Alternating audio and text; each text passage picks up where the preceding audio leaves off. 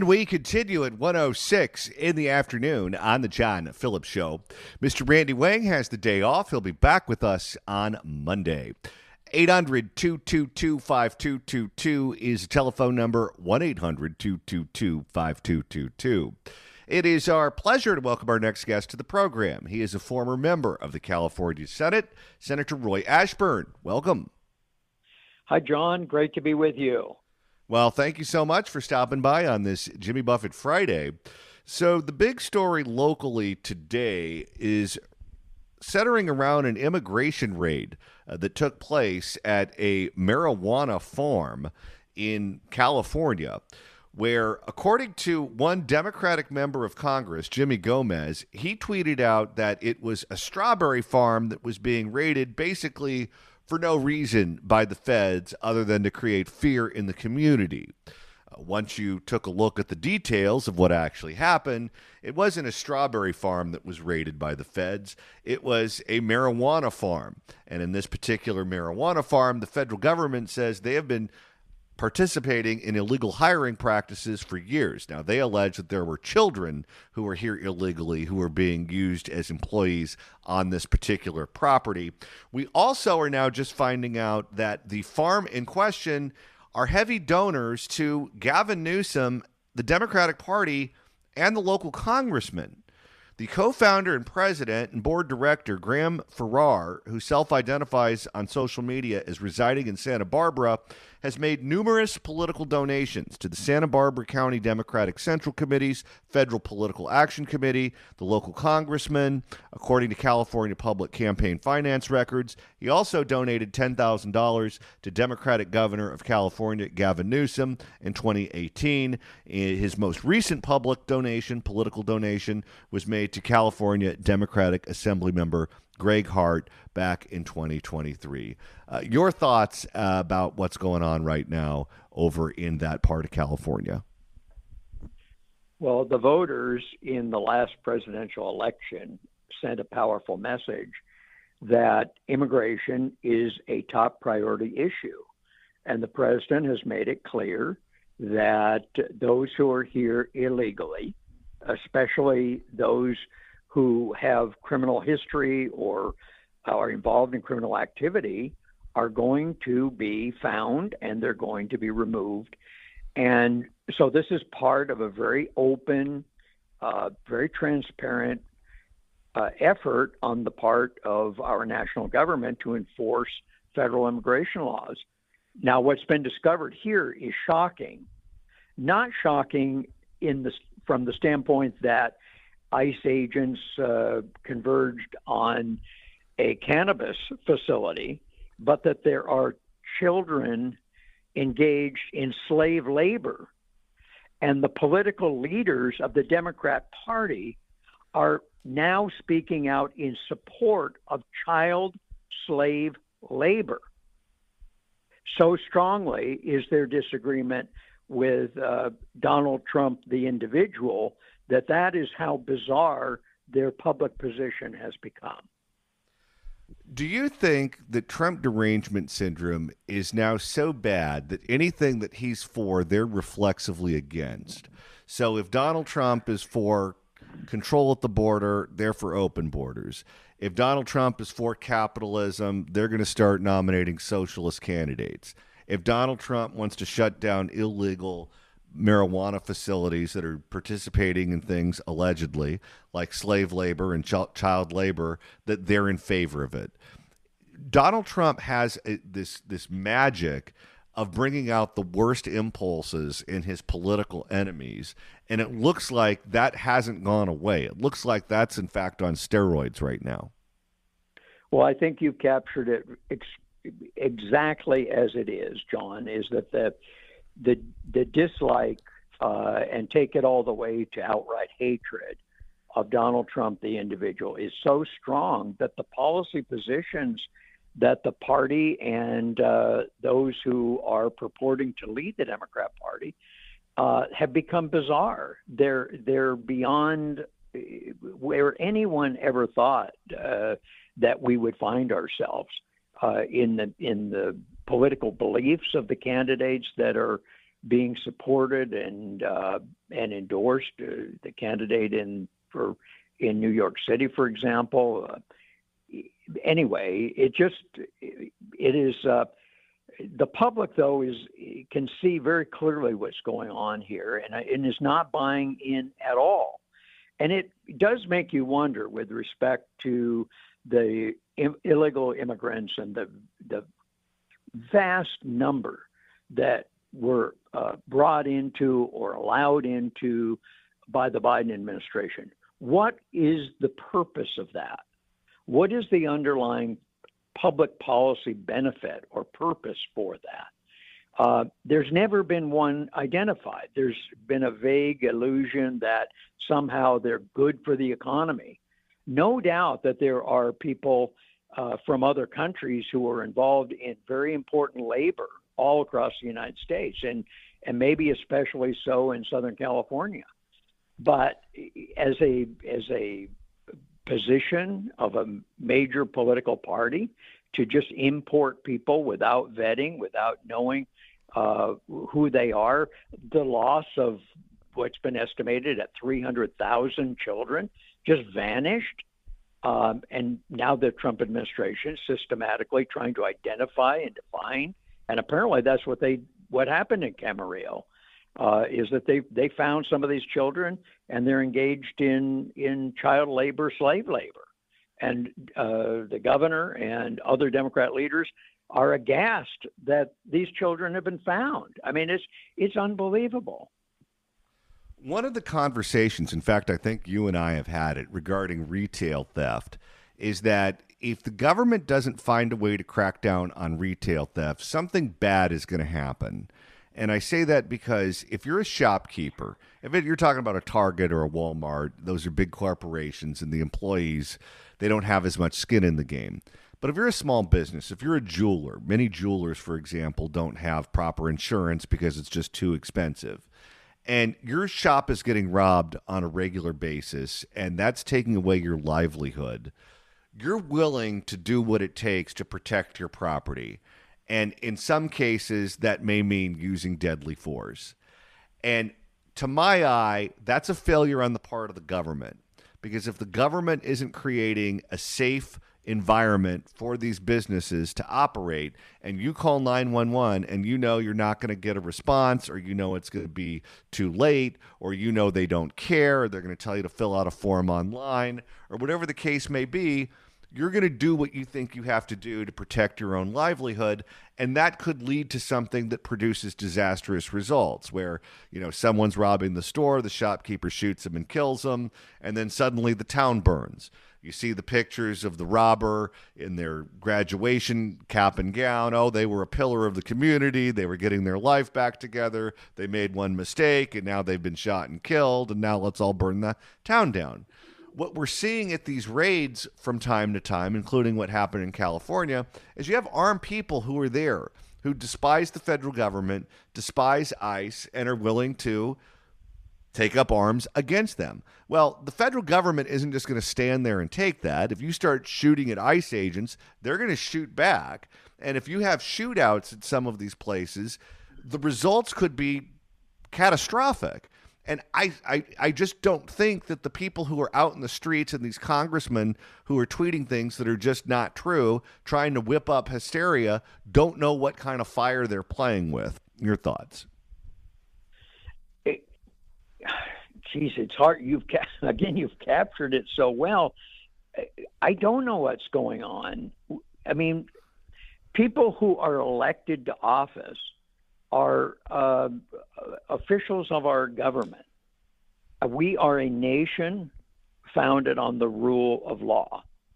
Laws are clearly in place with respect to the behaviors that you just talked about, including illegal entry into the United States from other countries.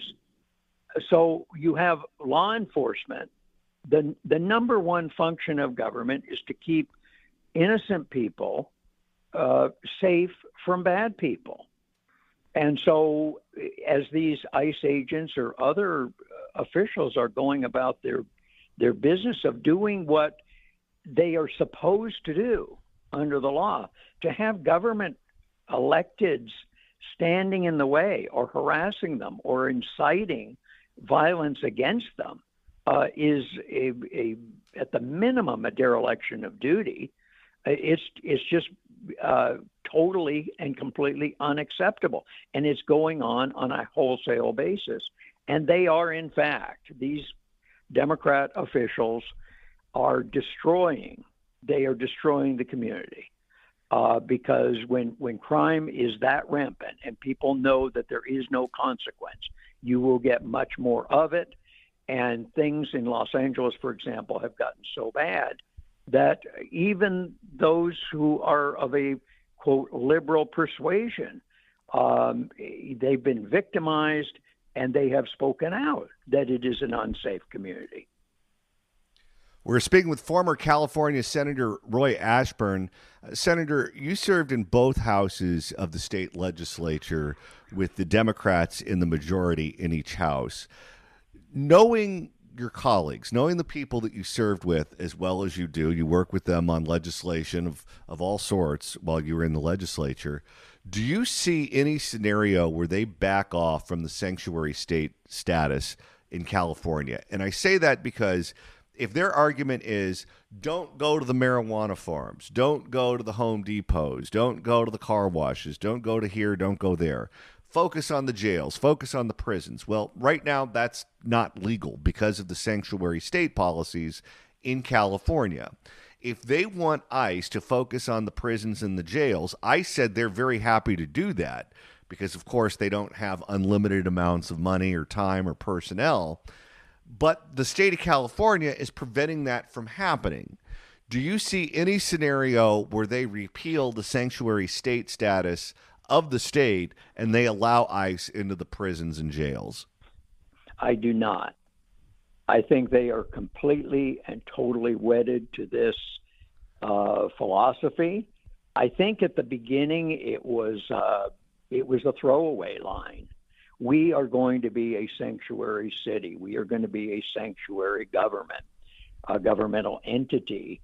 It was a throwaway because it had no meaning other than, we're not going to allow bullies from the federal government to come in here and push us around with respect to, hardworking immigrants in our community. And now it's become something very, very different. Now they are shielding criminals. They are shielding the cartels. They are shielding gangs from law-abiding citizens and the enforcement of the laws that have been enacted in the name of what?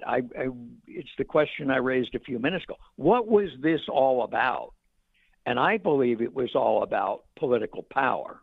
I believe the importation of millions of people from other countries without vetting, without compliance with our laws for legal entry was all about counting people in the census for purposes of distributing the power in the United States Congress and in the local legislatures. That's what it's all about. And if you think about it that way, when you have 20 or 30 children who are engaged in slave labor in Camarillo, and that is a justifiable price so that Democrats can be elected and reelected to positions of power in our government. That is sick. But I believe that's what it's about. Gavin Newsom this week has been traveling to South Carolina and Tennessee, meeting with voters in coffee shops and at Democratic Party meetings, meeting with politicians and doing podcasts and other local media. He says he's, of course, not running for president, and he's just doing that to teach red state voters what real good government is like, because that's what we have here in California. How much do you think of what you're seeing play out has to do with Gavin Newsom running for president and trying to position himself as the leader of the resistance and the chief foil to Donald Trump? Well, I think it's all about that. I mean, Gavin Newsom is a failed governor of California by any measure, even by the measure of Democrats, when they are honest enough to admit it.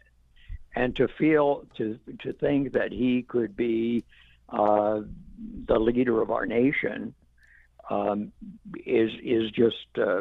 I mean, it's all Gavin all the time. It's his illusion.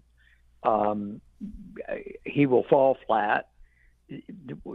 What he is carrying as a platform, and then demonstrating in his policies as he completes his term in California, is completely contrary to where the vast majority of voters are in their thinking and in their beliefs.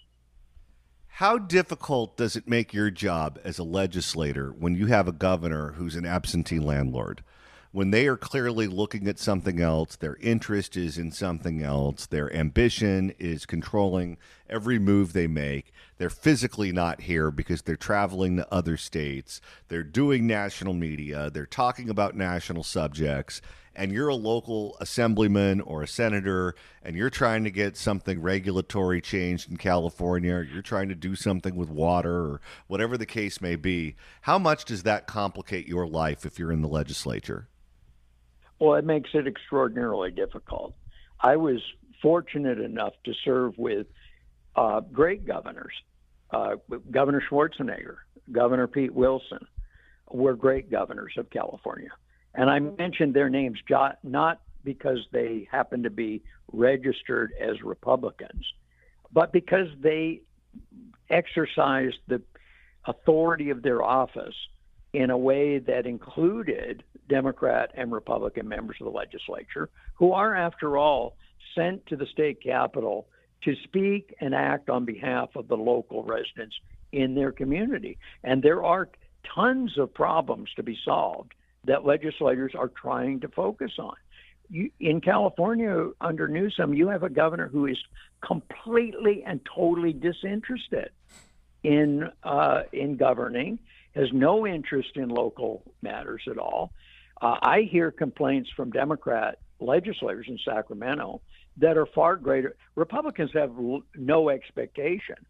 They are, less than a 2/3 majority in both houses. They understand that all they can do is speak to the contrary on positions of the majority party and cast votes, but have no expectation of having a real policy impact, except on a few amendments or changes to bills as they come through, and in building relationships with their colleagues to have good government be the result. But those in the majority party have a bigger problem. They're trying to actually balance a budget. They're actually trying to create jobs and to keep crime at a minimum and to accomplish other big goals as the reason they ran for elective office. And they have a governor who's completely disengaged. And in fact, because of his arrogance and removal, his self-removal from governing, they have to carry the whole burden themselves.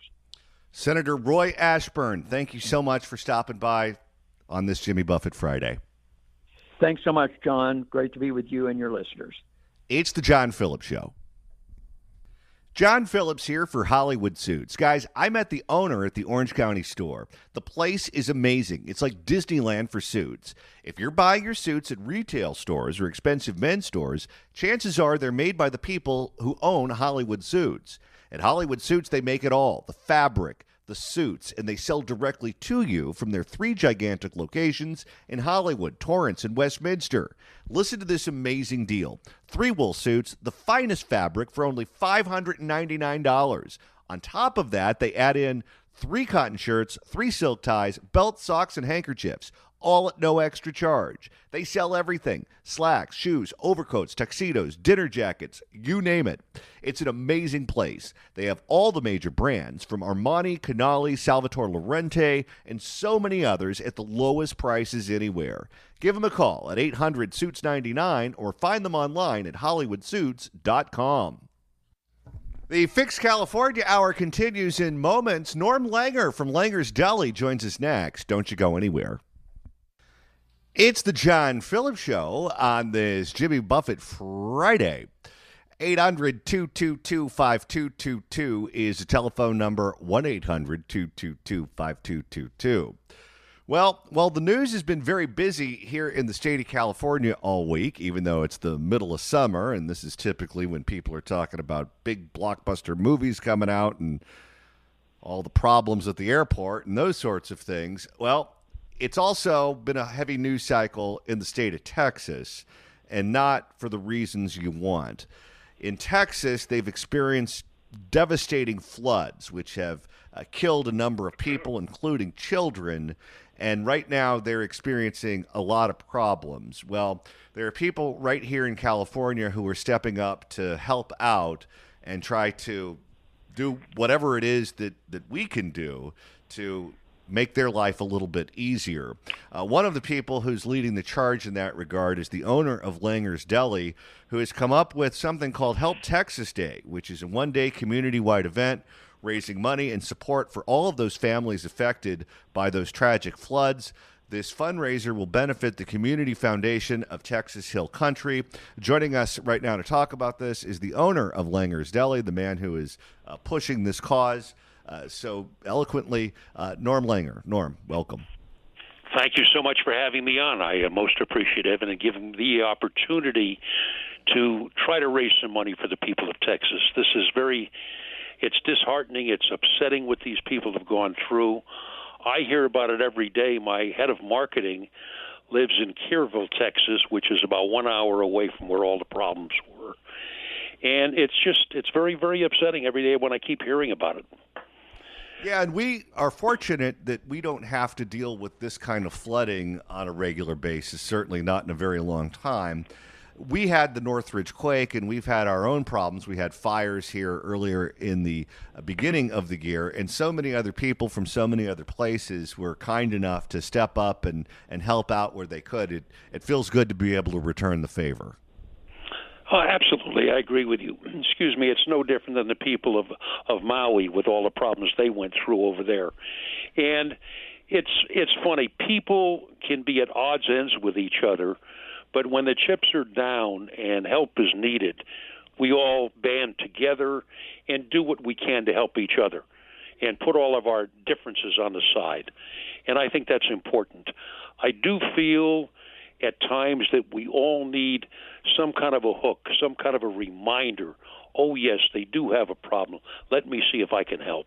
And that's what I've tried to do. Tomorrow, we're going to try to raise as much money as we can for the people of Texas.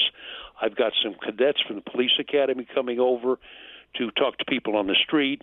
We've got QR codes where if they want to donate online, they can with their credit card.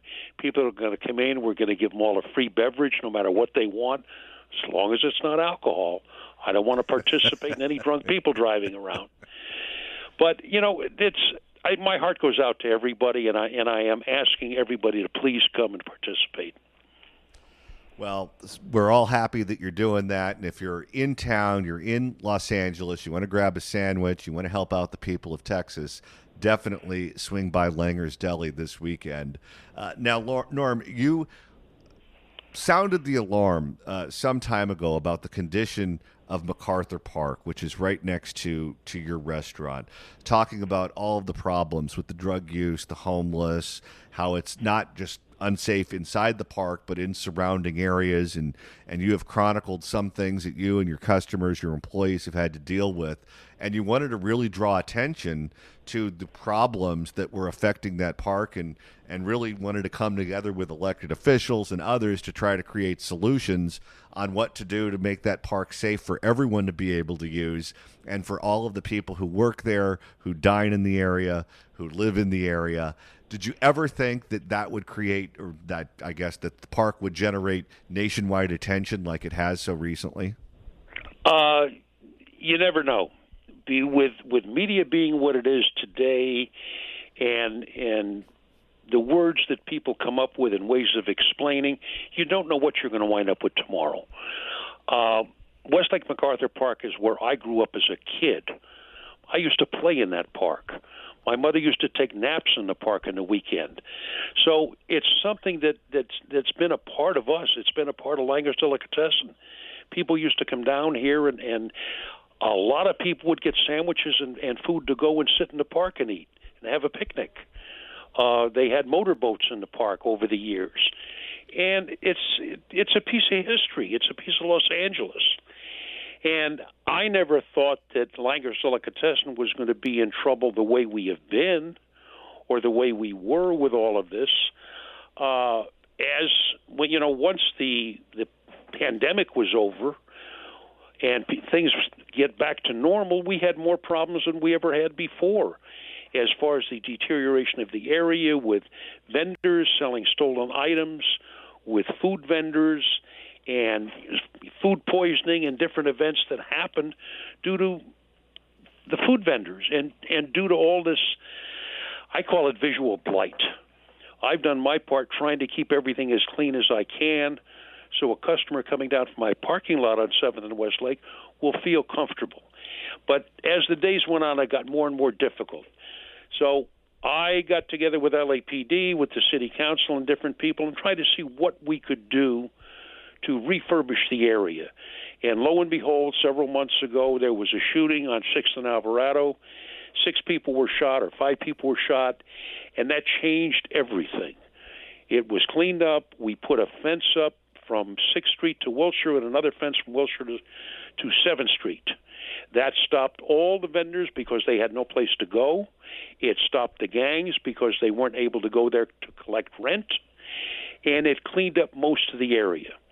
Now, what people must understand is law enforcement has been down. The head count has been down. They're understaffed. So a lot of things that we would like to do or like to have done weren't able because we didn't have the manpower. Our mayor, Mayor Bass, is trying to do the best she can. The resources just aren't here at this time. The area is much safer than it's been because of the fencing across the street, because of the coverage we do have from Rampart Division and LAPD. I've had meetings with the chief of police and different entities, and we're doing what we can for the area. I think it's cleaner now than it's been in several months. It's definitely safer because we don't have any people on the street. We do have a little problem with fentanyl across the street in the park, and that's being addressed. But the whole problem in addressing these situations is manpower.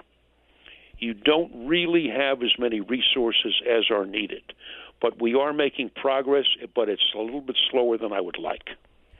When was it that you first became aware that there were problems going on inside the park? When you'd hear from employees, hey, Norm, you're not going to believe what happened to me when I was going out for a walk on my break. Or a customer said, Norm, I used to go get sandwiches there all the time, but this happened to me and now I don't, or I just take out or whatever. When did you first started noticing that there was a problem there? Well, this has been on and off for the last 40 years. There's been a problem. But it's cyclical. It's cyclical. I can't even say it, pardon me. Cyclical, like everything else. The problems come and go. A lot of it has to do with law enforcement, how much people they can put in here to watch the park. Now, we've got another big benefit now that we haven't had in years. We have a new director of park, Stephanie Galvez. She was sent over here by Jimmy Kim, the director of recreation and parks, to take care of the park, to babysit it. It's her baby. She's done very well. She's had a 5K run a month ago, trying to raise money. She's doing what she can to clean up the park, and I do see progress. Agreed, she is only one person, but it's a good start. And LAPD is trying to assist her as much as they can, and we're trying to do what is possible, or do whatever we can, shall I say, with the drug problem, with fentanyl. The homeless is minimal now. That's being addressed. It's being addressed by Rampart Division, and they're doing a good job with it. As you know, the problem with the homeless, or the unhoused, as everybody chooses to call it, is there's no place to put them. You can pick somebody up in the street. They can take them downtown and book them for fentanyl use or whatnot. They turn them loose the next morning because they don't have the housing. So that's another part of the problem. They are trying to address it, but it's not happening fast enough. I'll tell you, I know that restaurants and food, it's important to just about every city on planet Earth, but I think in a certain respect, it's even more important to Los Angeles than it is in so many other places because you're talking about European cities, you're talking about cities with, thousands of years of history. You're talking about East Coast cities, hundreds and hundreds of years of history. You're talking about the West. You're talking about relatively young cities. We don't have these buildings that have been around, since the beginning of time. We're basically a new sort of area. And when people think about the history of Los Angeles, frequently what comes up is they talk about restaurants that have been around a long time. They talk about the Pantry downtown. They talk about your restaurant. They talk about restaurants that are part of Los Angeles' history. El Coyote is another one, and part of our culture. And when you lose these restaurants, when these restaurants that have just been a part of your life in that city for so long, and you lose those restaurants, it feels like you lose an important part of the DNA of the city. I know, for example, even though it's a fast food chain restaurant, when In-N-Out Burger shut down their location in Oakland on the Hagen Burger because it was too violent for their employees and their guests, that made national news because, oh my God, how could anyone ever lose an In-N-Out Burger? But people here in California really react strongly when they think they're going to lose a restaurant that's part of the history and part of the fabric of their city. Well, that's what happened with Kohl's recently. I mean, after all the years they were in business. But it shall we say that tastes are changing. The population is changing. The food that attracts them is changing. A lot of it is health conscious. A lot of it is financial. A lot of it is the tariffs and prices going up. There's a lot of factors that affect the restaurant industry. It's not just food cost. We are the only union house in the city of Los Angeles that's not affiliated with a hotel. I signed up with the union in 1970 because I was concerned about my employees. And there's certain things that they need that the only way I could give it to them was through the union. So that's been a benefit. It's been a good thing all along. But there's so much in Los Angeles, as you say, that's the basis that's been here forever. And we try to weather the storms, whether it be food cost, whether it be labor, all of it. They all play a part in it. And I've had meetings with some friends of mine who were in different restaurant business all across the city, in the Valley, as well as West L.A. And we're all in a little bit of a bind as far as costs and everything going up. But that's normal inflation. Now, what's going on as far as ICE and all the rest of it, that's a whole other issue that will have to be dealt with separately. Are you optimistic about the restaurant business in Los Angeles right now? I'm optimistic that we can weather the storm. The question is the economy. The economy has got to get stronger so people can afford to go out. I think in the restaurant business, I think the have-nots, the haves and the have-nots are getting separated further apart because of wholesale prices and because of labor. When McDonald's or the state of California mandated this $20 an hour for a fast food worker, that caused everybody to take stock of what's going on, of our food cost, of our labor cost. You can't exist in restaurants today if you've got a 35-40% labor cost. You can't do it. There's only so much you can absorb. And I think a lot of the people that are not in the know, that pass certain laws with $20 an hour labor cost, are not looking at the overall picture. If you look at McDonald's, they put in a lot of computers in the front of their building so people can punch in their order what they want, which is eliminating labor. Now, you're going to force the country to go to automated. And the restaurant business is going to be automated ordering and delivery people. And they will wind up getting rid of the servers, your waiters and waitresses, as we know them. They will continue to be here in your upper-class restaurants, but not in places like mine that are fast food. you get to the point you can't afford it. No doubt. I hope that makes sense. No, it does. It does. And I look at the plight of what's going on right now for people like you, people who are the small guy, who are trying to compete with these big corporations, and they do have the ability to automate, and they have the ability to rely on the apps and technology and those sorts of things. And if you're the small guy, you rely on relationships with people in the community. You're doing things like what you're doing right now to help the people in Texas, and those relationships are what binds you to the community and with your customers and those sorts of things. And when everything goes automated, it's just more sterile. It's not those relationships that we enjoy so much. It's not the relationships that the United States was built on. I think the United States was built on please and on thank you, and what can man do for woman and what can woman do for man? What can you do for the public? What can you do for your brothers and sisters? I think that's what we were brought up on. And I'm not trying to be a preacher as far as religion or whatnot, but we were brought up to do for our fellow man. And we can't do that if we get priced out of our socks. The event is Help Texas Day. It's going to be at Langer's Deli tomorrow. All of the money will go to benefit the Community Foundation of the Texas Hill Country, of course, the people of Texas hit hard by the floods. Norm, what are your hours tomorrow if people want to swing by? Tomorrow will be open from 8 a.m. to 4 p.m. My parking lot is 1 block east of the store on the corner of 7th and Westlake. And if you just want to make a donation, we will have people out front to take your funds. If you want to pick up an order curbside, we will deliver it to your car. You name it, we'll try to accommodate you. All right. Norm Langer, thank you for doing what you're doing. We so appreciate your time. Thank you so much for having me on. I appreciate it. Bye-bye. It's the John Phillips Show. It's the John Phillips Show on this Jimmy Buffett Friday. We have one more hour coming up. Roger Stone joins us next. Don't you go anywhere.